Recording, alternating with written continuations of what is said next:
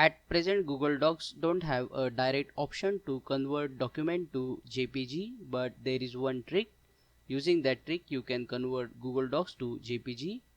To convert, first go to the file option and then click on download and click on PDF document. Select the destination where you want to save and then click save, and the Google document will be converted to the PDF.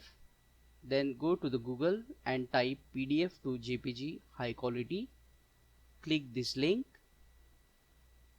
scroll down at the bottom and select PDF to JPG. Then click on upload a PDF and select the PDF which we just created. Click on open to upload the PDF. By default, the JPG quality is set to 150 dpi. To increase the quality, select 600 dpi and then click on convert, then click download and click save. Click on show in folder and then uncompress the zip file. After uncompressing, you will see that now the Google Docs is converted to a JPG file, and if you see the quality is very high, 600 dpi. Each individual page is converted to a single JPG file.